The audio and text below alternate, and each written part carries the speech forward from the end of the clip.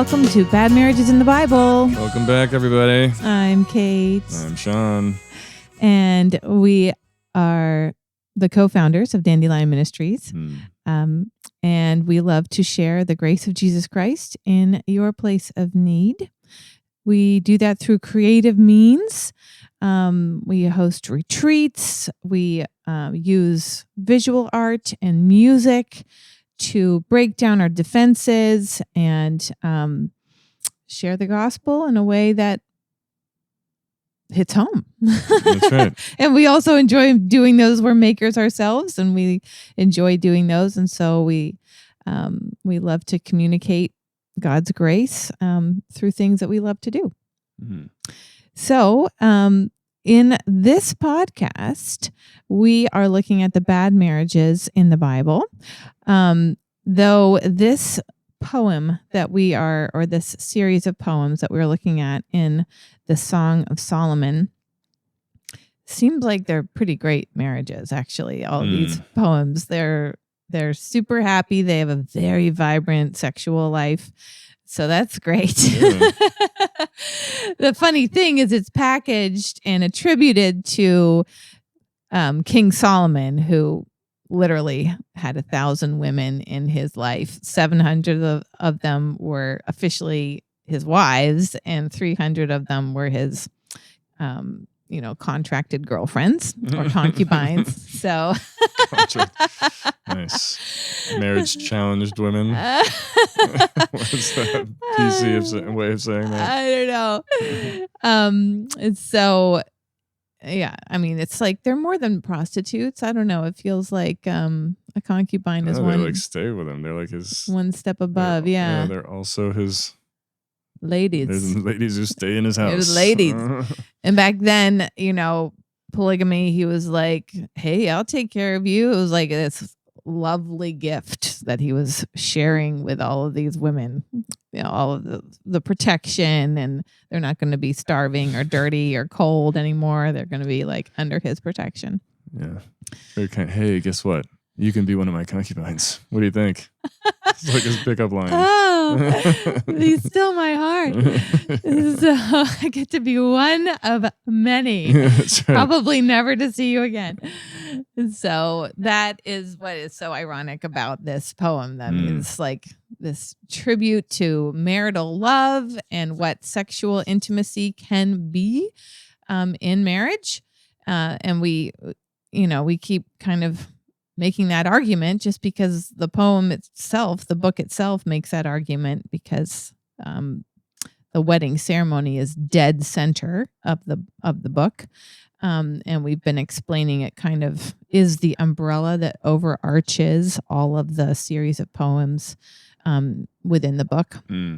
So whether they're explicitly named as bride and groom or husband and wife, these two lovers that find each other and make love all the time, it is under the umbrella of marital love. So we'll see that especially in this poem that we're going to sink into in chapter 3. But we just find that so gospel oriented that it's kings they attribute these series of poems under the authorship of King Solomon or during his reign, or, the school of wisdom that he had and the kings ensuing, maybe King Hezekiah afterwards, but they kind of attribute it to Solomon, which to us is very gospel, because God only works with unworthy sinners, of whom he would be like number one in terms of what marriage would be, where you're my one and only kind of idea. Right. The two shall become one flesh. He really missed the boat on that one. Yet God was pleased to be like, and from him, I'm going to show what sexual intimacy could be in marriage. That's how deep God's forgiveness goes. No matter how deep the sin, his forgiveness goes deeper. That's right.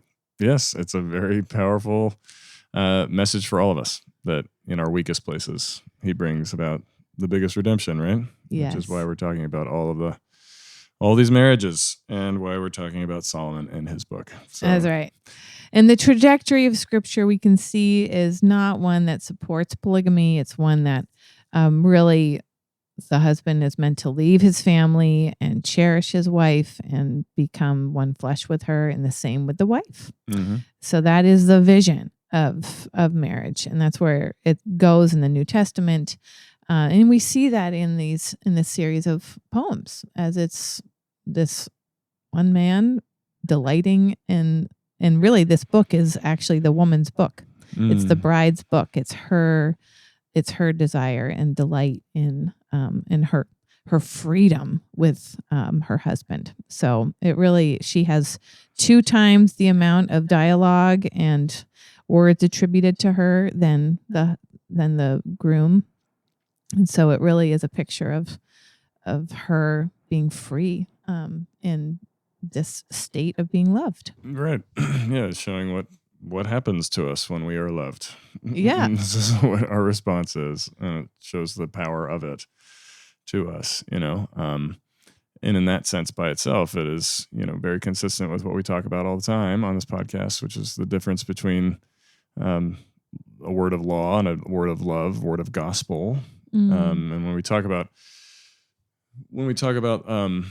the law for us, it is the language of, it is love for us, because we can't actually love the way that we should. So when we just say you should just love everybody, that's a lawful word to you because it's what you cannot do. But when we're talking about it in this context, we're talking about in the typological side of it, it's the love of God. And this is what the love of God does to us. And we do experience, by his grace, we experience real love between us at times, right? Glimpses. In healthy marriages and healthy families. It is the grace of God that we have love and we get to experience it between us. And this is what it looks like. It actually begets more love. It inspires love. Love creates love from other people. What you're saying is reminding me of 1 John chapter 4. We love because he first loved us.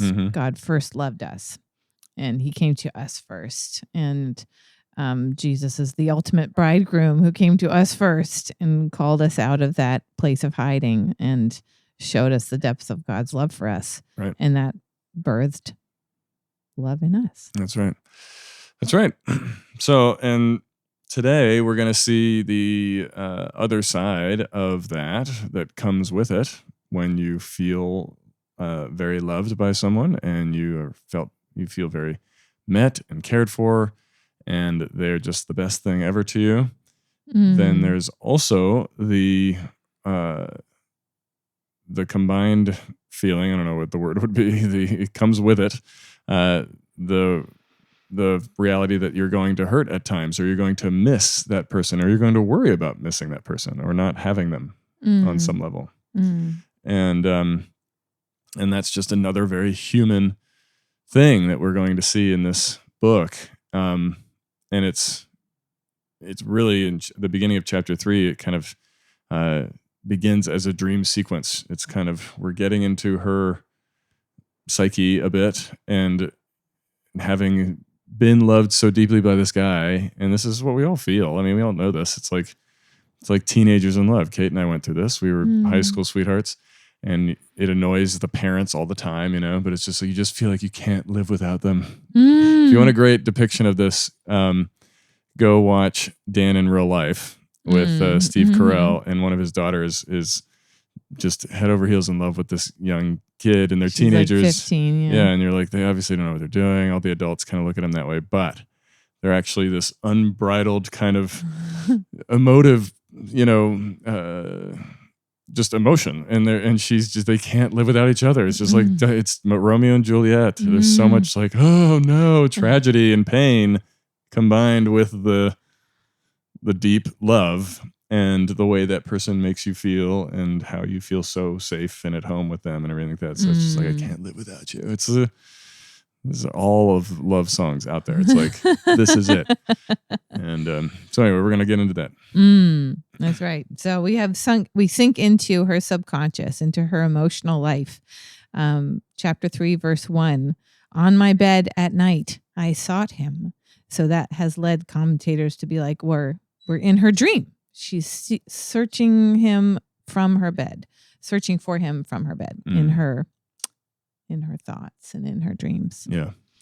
And so in her deep emotional life, she is worried about being separated from him and feels like she is, that she's searching for him everywhere. And so there's this sense of pain and of longing that happens in love. Absolutely. I mean, that's part of the thing that we actually like. I mean, that's also what we sing about. And it's also just like what it's pure agony to be in love. Oh, and you love the fact that you do have someone to miss like that, frankly.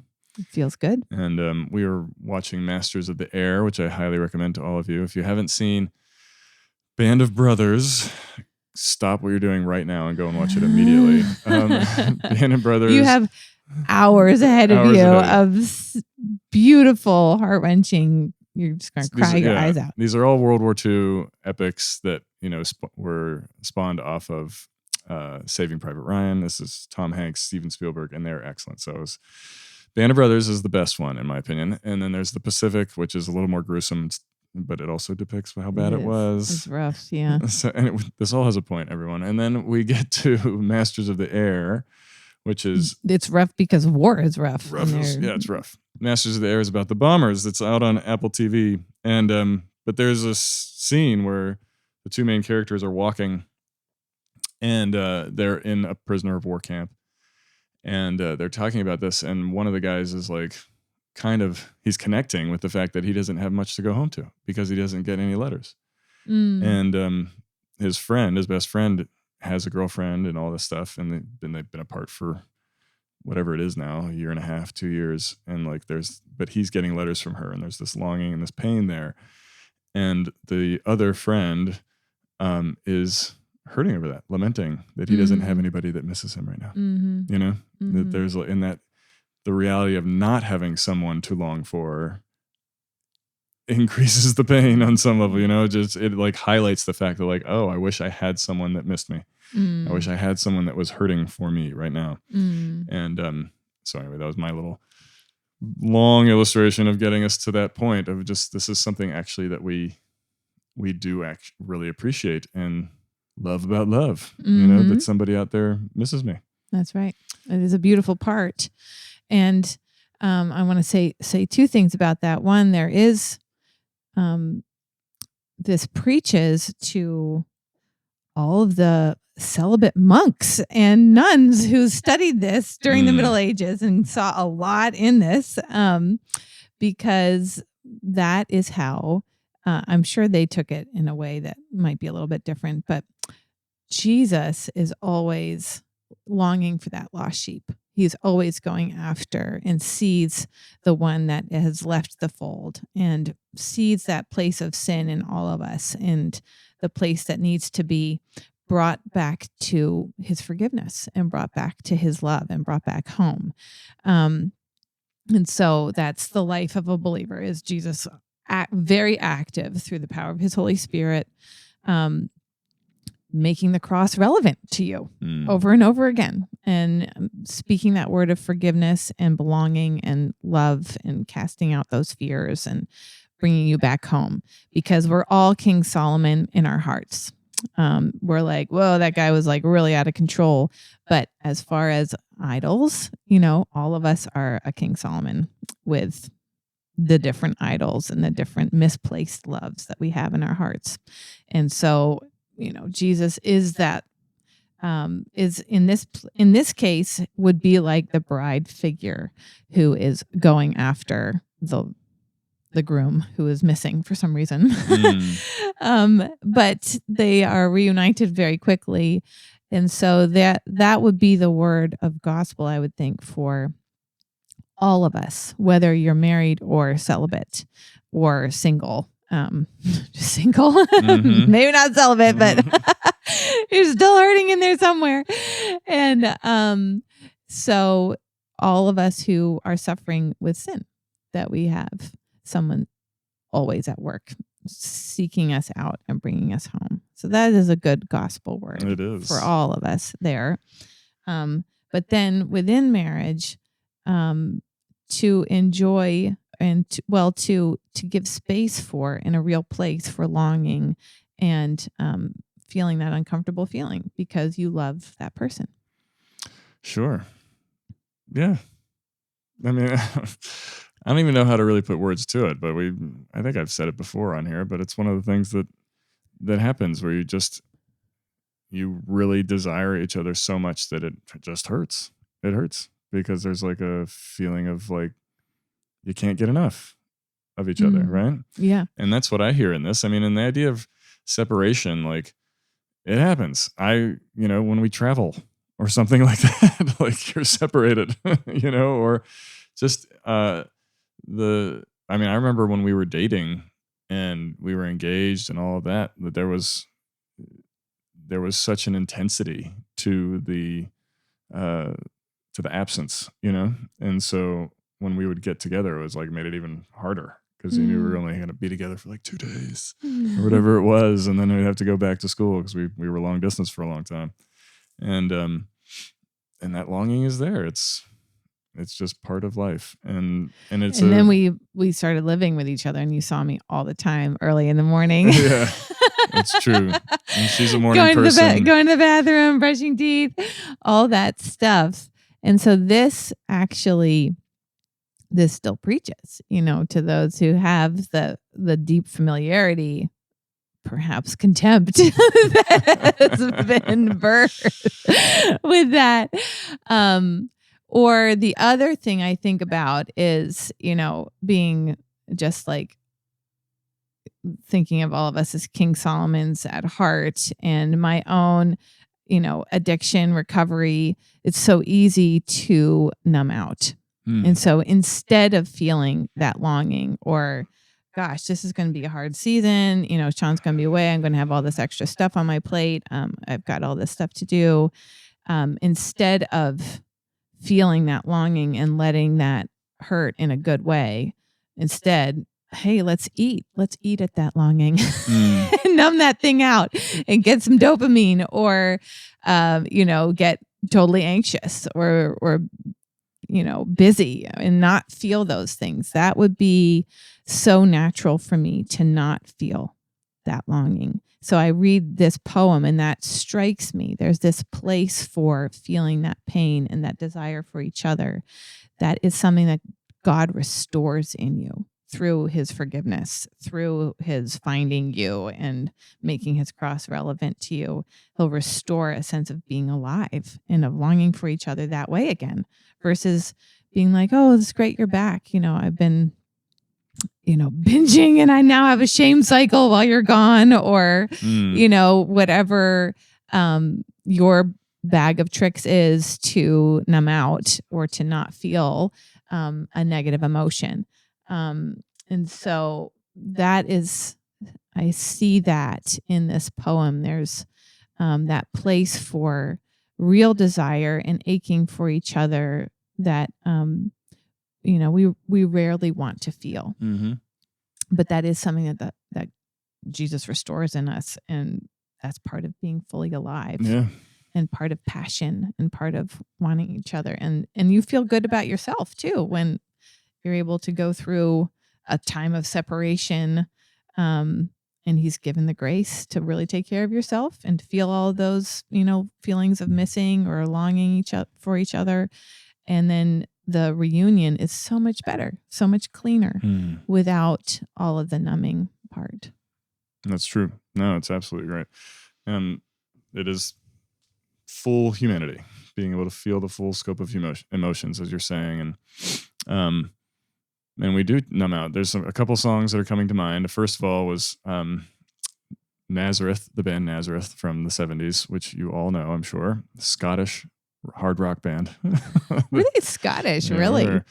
He hides that accent very well when he sings. They sing Love Hurts, which is actually an Everly Brothers song, but they cover it and they made it famous. So you know the song. And that is true. And it's, also REM, Everybody Hurts, although that one sounds more whiny. Sorry, Chad, my one of my best friends growing up loved REM. And but the idea of the pain, and that is we hate it on one level and we want to run from it, but it actually is good for us, to be fully present in these moments, and it gives you the full scope of being alive. That's also another part of Masters of the Air. It's just in my brain, but that same guy who's feeling sad about not having anybody miss him, there's parts in the show where he is saying, I can't feel anything, and he tells his friends to punch him, to hit him, because he's numbing out so much, because he's in war and he can't handle everything that's coming at him. And that is true. There's the last song is one of my favorites, by the Avett Brothers. If you've never listened to the Avett Brothers, then you need to climb out from under your rock and start listening to them immediately. But there's one of their earlier albums called Emotionalism. They sang a song called The Ballad of Love and Hate. That's amazing. And it is such an amazing song. And it actually is it is a great picture of the Lord's love for us. In the song, hate is the man who's at home and his bride has gone off, traveled somewhere, and he's just drowning his sorrows. He's drinking and numbing out, and he's angry and all this stuff. And she is flying home, and she is love, and she is a perfect picture of love. She's completely unconditional love. She absorbs all of his no anger. Human wife ever. Yeah. Don't read it like Don't you read should it like be that, like that. But it's like the Lord's love for him. And but you hear that pain that he can't handle with her being gone. And he's numbing out. But you also see the beauty of her unconditional love for him in the song. And it's just one of those gut-wrenching ones that you love to listen to. And it just speaks truth, because it carries his acting out in the song actually is helpful, because it really does carry the weight of the hurt of the missing of her, and he doesn't know how to process it or handle it.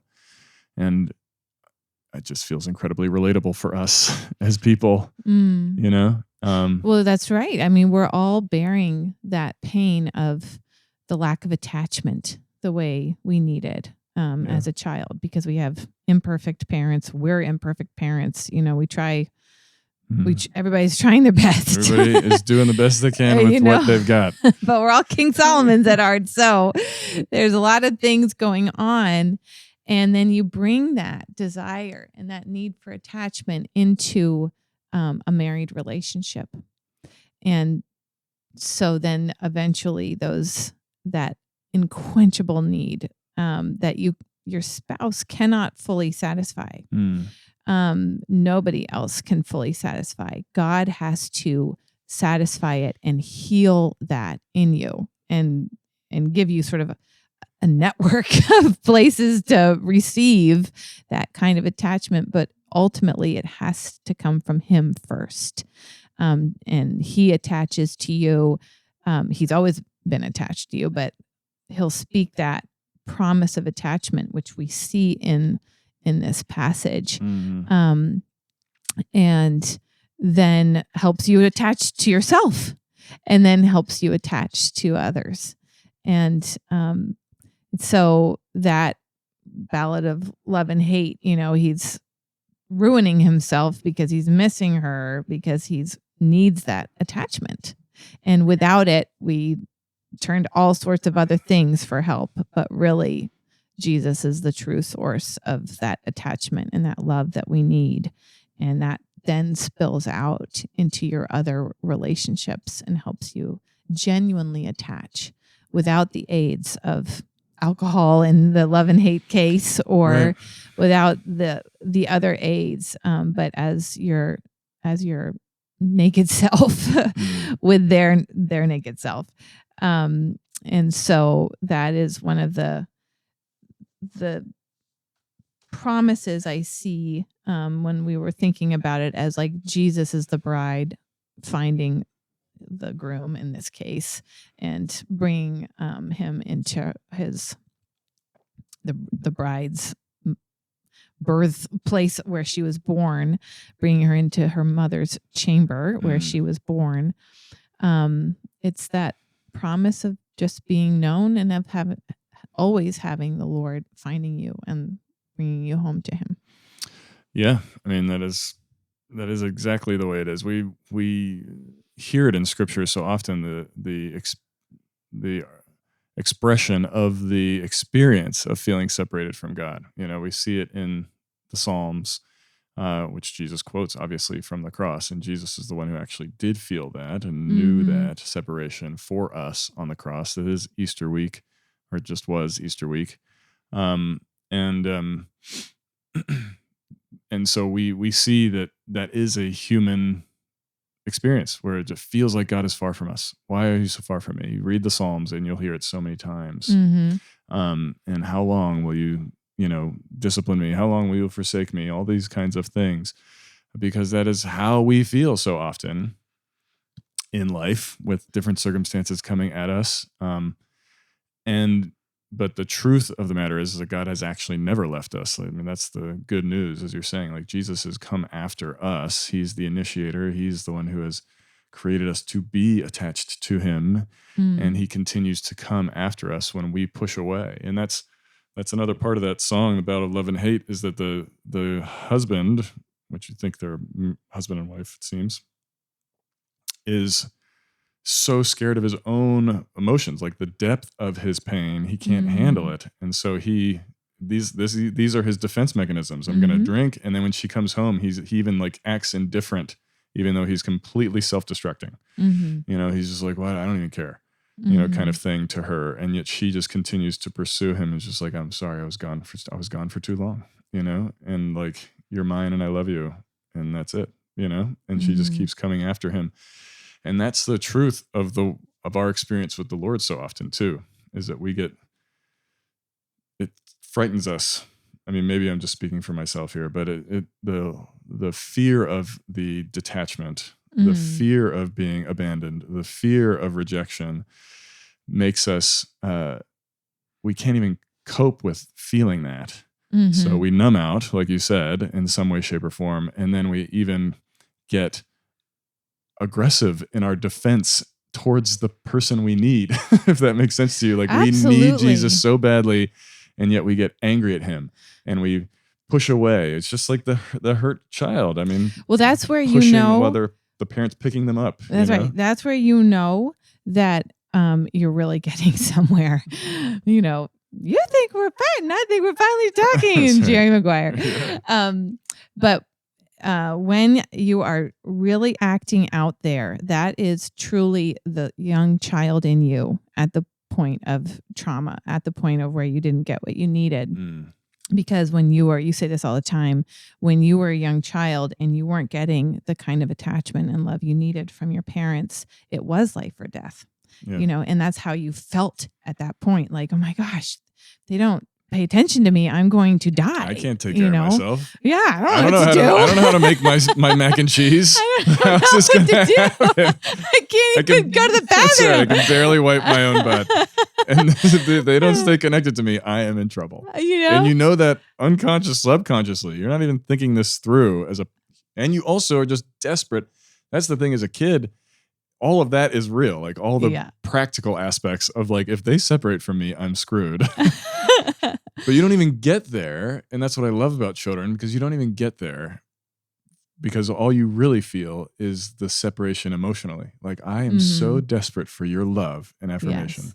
Yes. And when it's not there, I cannot handle it. Like, subconsciously, there is the reality of, like, if they leave me, I'm done. But what hits first is just the pain of not having the attachment and the love and the acceptance and the approval that you so desperately need as a person. It never goes away. Just because you're 45 now, which I am, you don't lose it. That doesn't leave. You need that still. And that is what God is always speaking to us. I am with you. I am attached. I will not leave you. I love you. I see you. And you see it in this passage where I'm going to go right back to that source. We're going to go right back to where you were born, in that room. Yeah. Go back to that room where your mother, what is it? Conceived in this case? That's a rough one, but my mother's house, into the chamber of her who conceived me. Yeah. God is not fazed by any of this. He's like, yep. That's what happened, people. That's how you're here. He's like, this is all very natural. And so we're going to go right back to the source of that early childhood pain. And I am attached to you. And in the context of marriage, we're going to go there. Mm-hmm. And I'm going to love you into that, at that place. And then I'm going to bring, your true companion, your beloved, your dove, my beautiful one, your young stag, whoever that is for you. I'm going to bring them into this too, to speak, I love you, I am with you, to that place. And his voice is stronger. Even if your spouse has totally blown it and walked out on you and couldn't handle their own pain and their own stuff, and acted out and just didn't want to do this whole forgiveness bit and didn't want us to hang in there and go back to the source and do all that stuff, then Jesus' voice is still stronger. And he's the one that matters. He is with you and delights in you, and you are beautiful to him. And he's not going to leave you. And that's the voice that really matters.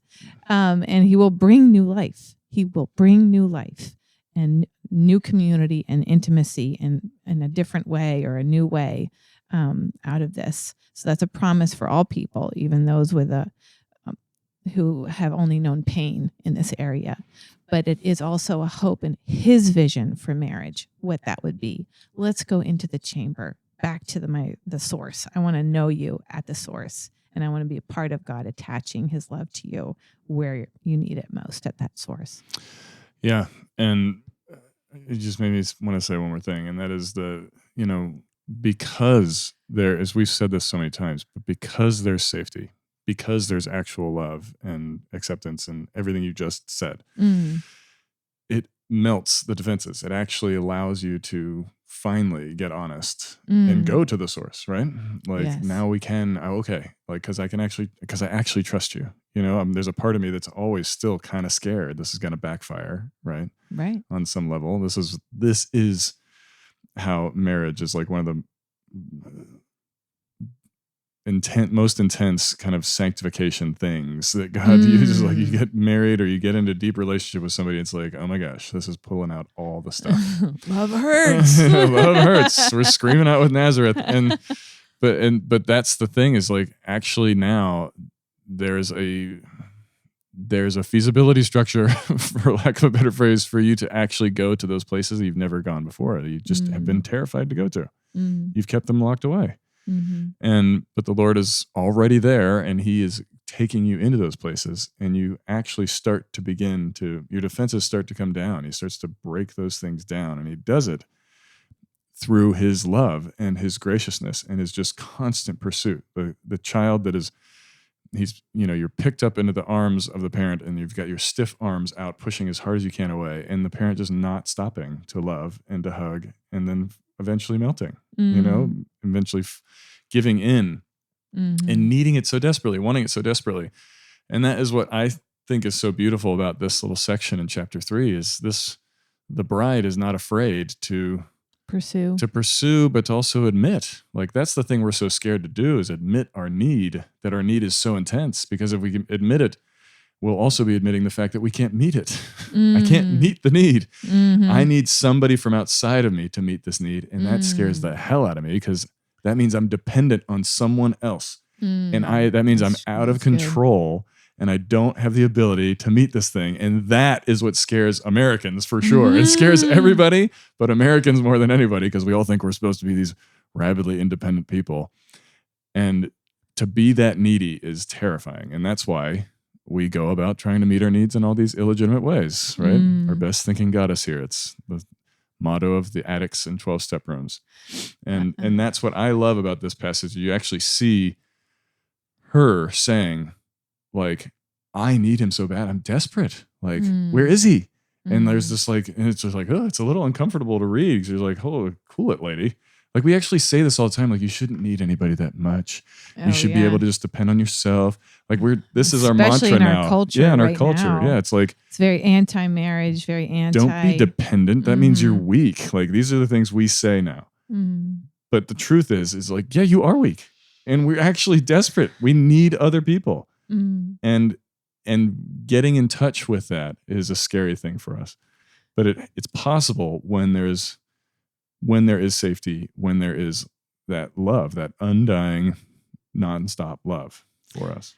And I'm marveling at the artistry of God speaking that word to us through, I see 2 layers of the art here. So he's speaking that reassurance to us, but he's using poetry.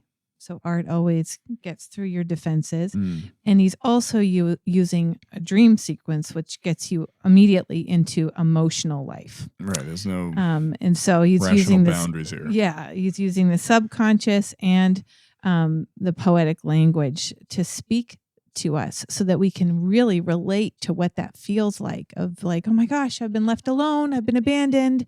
Or where is, I'm alone. And then to be reunited and reassured. So much so that we're reunited and reassured and back to the source of your most intimate origins. And so it's a really wonderful resolution. And I love how God knows that that is highly defended, that place of pain in us. And so he's like, it's okay. I will speak to you through poetry and dreams. That's right. I'll get to your heart somehow. And I love again how it ends as the couple, fades out of the scene and closes the door so you can't see that intimate lovemaking consummation. That she says again, warns the daughters of Jerusalem with whom she has like a stormy relationship with these girls of the city and she's of the country. But she warns them that this kind of love between people is save it for the right person at the right time. And marriage is the only safe place for this kind of thing. You will not go this deep on a one-night stand or you're going to contribute to the problem. Yes, yes, that's right. You will be contributing to the defenses. But this kind of love that goes deep comes from the Lord and comes from the person that he's brought you to. Amen. Okay. We have now ended the episode. Thank you so much for listening. Check out our website, dandelionministries.org. In the show notes, you'll find Sean's email, sean@dandelionministries.org. You can shoot us questions about marriage, about Song of Solomon, about whatever, Nazareth, Yeah, we can talk about hard rock and movies. Always into that. And we invite you to give us a review, share this with your friends on your favorite podcasting network. You can support this show through our website. There's a give button. There's a link to support the show. There's a button somewhere out there. And we're just so grateful for your time. Have a great day. Thanks, Bye-bye. everyone.